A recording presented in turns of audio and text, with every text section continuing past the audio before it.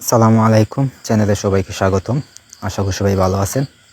আজকে যে তদবিরটা নিয়ে এসেছি সেটা হয়েছে গিয়ে রুহানি বশীকরণ নকশা। এই নকশার সাহায্যে বিবাহিত অবিবাহিত নারী এবং পুরুষ বশীভূত করতে পারবেন। তো সেটা কীভাবে করবেন সে বিষয়ে আমি বলবো। তাই প্রথম থেকে শেষ পর্যন্ত ভিডিওটা দেখুন, তাহলে বুঝতে সুবিধা হবে।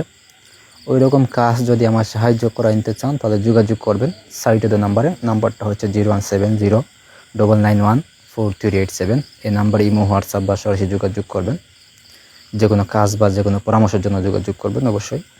তো কাজের কথা, সে কাজটা কীভাবে করবেন সেই বিষয়ে বলি।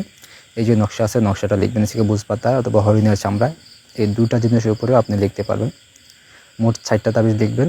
অমাবস্যার রাত, পূর্ণিমার রাত, মঙ্গলবার, শুক্রবার রাত, এই রাতগুলোতে আপনি লিখতে পারবেন।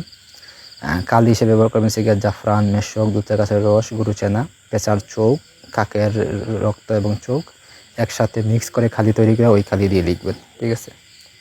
তাবিজের ঠিক নিচে অথবা উল্টা সাইডে দিবেন হচ্ছে গিয়ে প্রথমে আপনার নাম এবং পরে যার জন্য আপনি কাজ করবেন তার নাম।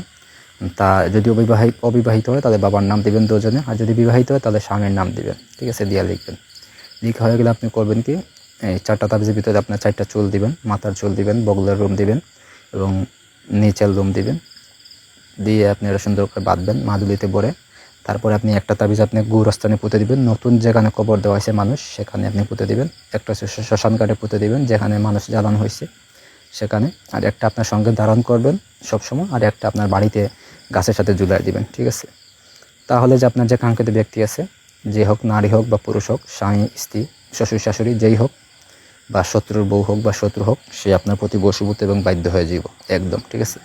আপনার কথা মতো চলবো ফিরবো, আপনার এই হতে চলবো। এটা রুহানি বশীকরণ। এটা দিয়ে আপনি যে কোনো কাজ করতে পারবেন, বিশেষ করে ভালোবাসা বা শারীরিক মিলন, এরকম কাজ আপনি করতে পারবেন তাবিজের সাহায্য, ঠিক আছে। তো এই হলো আজকের ভিডিও। ধন্যবাদ সবাইকে।